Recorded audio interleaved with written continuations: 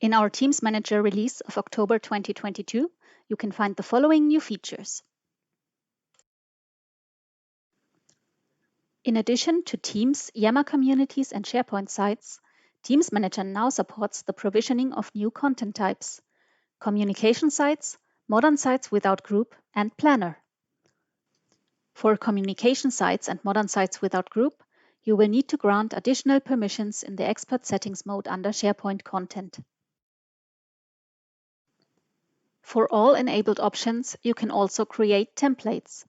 So you can, for example, create a template for a communication site that you can then open and edit in SharePoint.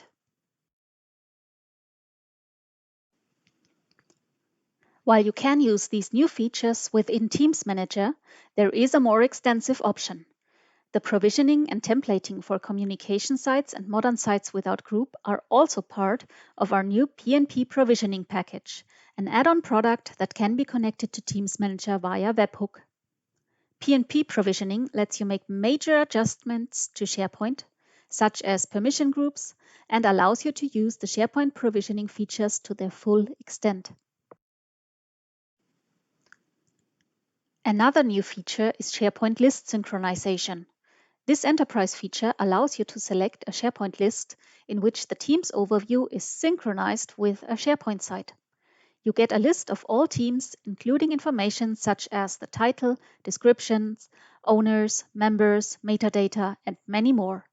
You can edit the data of your teams directly in this list and even add new teams by selecting a template as a new item for this list.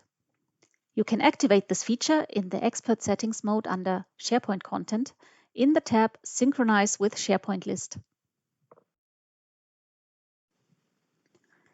In the Enterprise Edition, the Person metadata field now also supports the authorization of persons in SharePoint permission groups. You can create metadata fields for persons that need to be connected to a SharePoint permission group, default owner, member, or visitor groups, or your own custom permission group. Any user added in the Create Team process will then be added to the SharePoint group. The SharePoint list synchronization needs to be enabled and additional SharePoint permissions granted for this feature to become available.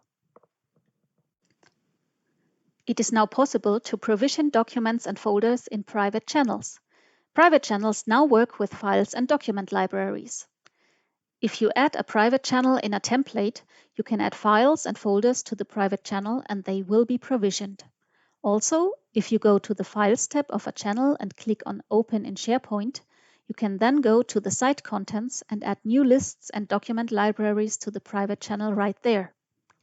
In SharePoint, if you go to Website Information and Website Settings, you can also add website columns and website content types.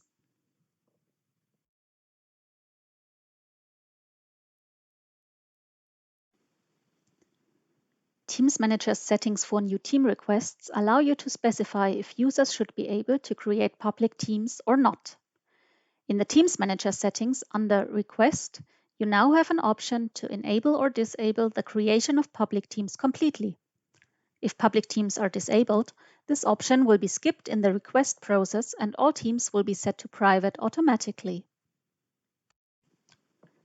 The selection of public or private teams can be forced or hidden. In the Teams Manager settings under Policies, when you create a new policy or edit an existing one, you can now select whether you don't want to force any visibility setting for new teams at all, or force them to be private or public. This will override the option which the user selects in the request process for new teams. Please note, if you have disabled the creation of public teams, you will not find this option in the policies. It is now possible to search for team requests by date. This can be a year or even a specific day.